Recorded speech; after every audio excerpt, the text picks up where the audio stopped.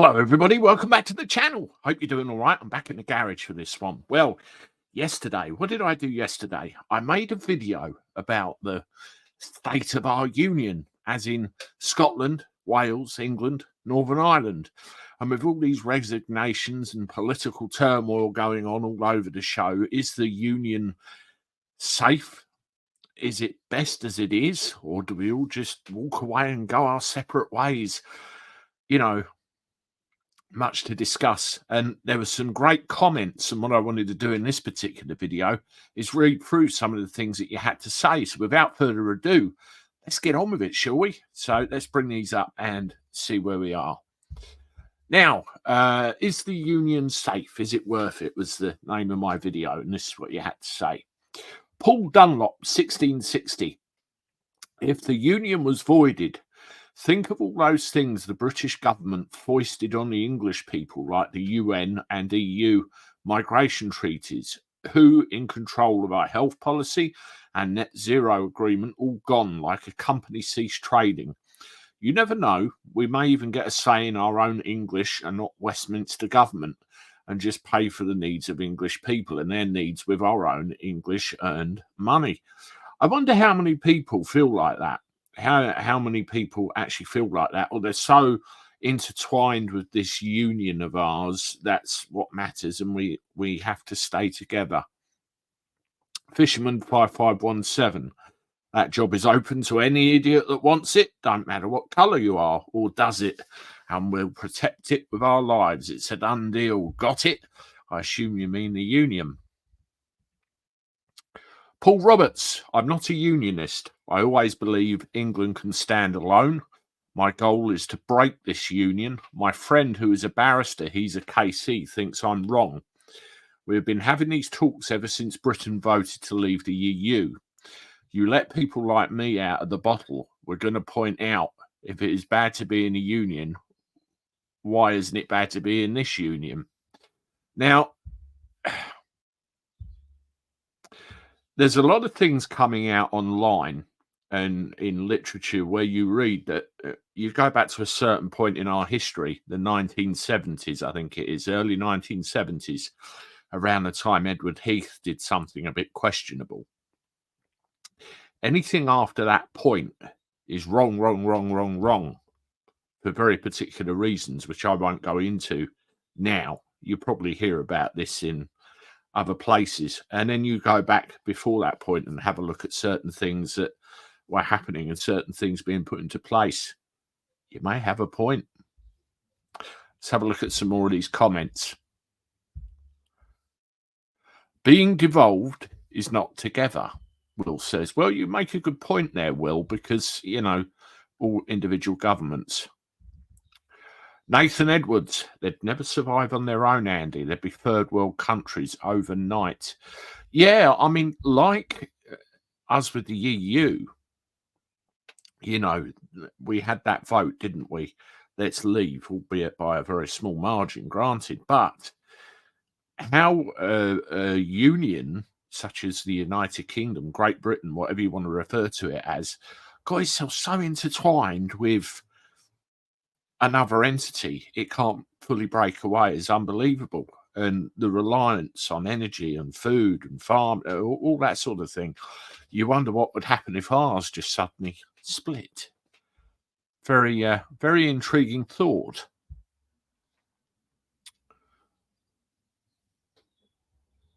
Christine, English. Stephen, English. That's enough for me. Watchmaker, SP9935. Well, devolution argument pointless. Scotland or Wales can never go alone. I fully agree with Keith Saville's comment below.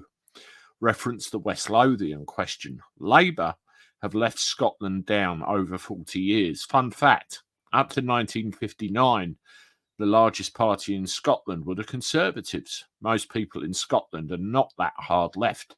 Perhaps maybe in Glasgow. Plus, the EU will not want us as they are, and Britain needs these submarine bases. Ha ha. Yeah, I mean, I heard that talked about. You know, if it's split, where do they go? David, yes, I definitely consider myself as English. Declan, English equals England. Simple. Christopher Clarkson, hello. Trouble is with a club. You can't please everyone. That's damn true. 63 Mackenzie, England wanted a union with Scotland to protect its exposed northern border. I think there was a little bit more to it than that. I think there was a lot of financial implications as well. Bowtie videos.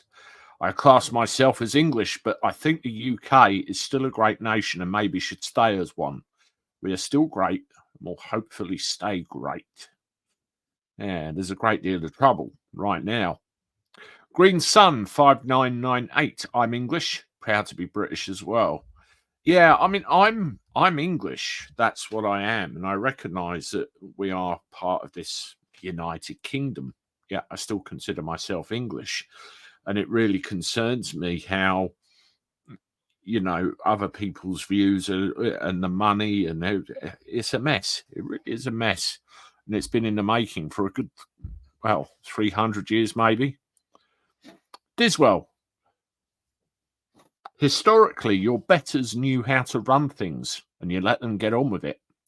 Around the middle of the 20th century, though, everyone and his dog suddenly got the idea that their viewpoint was as important as the Earl of Derbyshire's, and thus popular democracy was born. My point is that back when toffs knew best, centralised government in London made sense, since that's where all the toffs lived. The minute you let the working class have a say, you unleash centrifugal forces that make centralisation of power look daft. So as much as I despise Blair's constitutional tinkering, devolution was a force he had to respond to. I don't see it diminishing anytime soon, and of course, it's since been amplified by elected mayors and other steps to devolve to the regions of England itself, like what we got on May the 2nd tomorrow. I can't see that being walked back, and its end is very obviously independence, at least for Scotland, plus a united Ireland. Wales, I don't think, can survive on its own. So there will be an English plus Wales rump, and Wales' very limited devolution settlement seems capable of lasting a good long while yet. The only thing I hope our spineless politicians will do when Scotland departs is enforce the border properly, because every Euro migrant will be slipping across it once Scotland rejoins the EU. Well, that's what I can't understand with all that. They want to leave one union and join another. Doesn't make any sense, does it? So does that say that they know they can't stand on their own 2 feet? It's a bit, backward, that.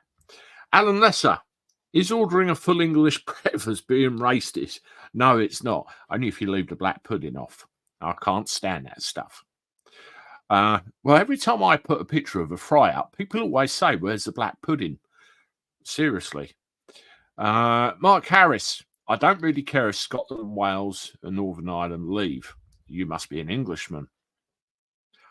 Michael Doolan, Scotland joined the Union because rich Scots tanked their economy and forced ordinary Scots into the Union for a backhander.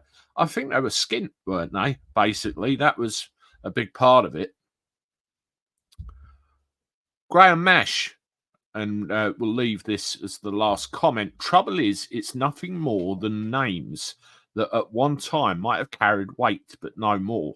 The establishment has long sought to disunite all the peoples in the land and are doing it well. Where's the unity in the United Kingdom? Just to same across the pond. So if people's hearts aren't in a unity, we'll never have one. It's not just borders either. Look at what's been thrown into us. Rich versus poor, false and dictatorial ideologies in the form of religion, race, so-called hate speech, and the Rainbow Bunch, and so on. All there to keep us from coming together as a solid unit. And the lack of forgiveness is through the roof. What happened to allowing flawed people making simple mistakes, have them overlooked? Where is that second chance these days? And why is it that 95% of people are afraid to tell it like it is? Speak truth, speak their minds, think about it. Well, a lot of people are scared to speak their minds nowadays, aren't they, Graham? Because they're frightened of the consequences of opening their mouths. It's a very unfortunate truth in itself, isn't it? But very powerful words to end that with. Thank you very much, everybody. Long overdue a comment read back. So there's some of them there. Hit the like button, subscribe to the channel, and as always, if you've got social media, give me a share on there. And as always, I look forward to talking to you again soon. Toodaloo.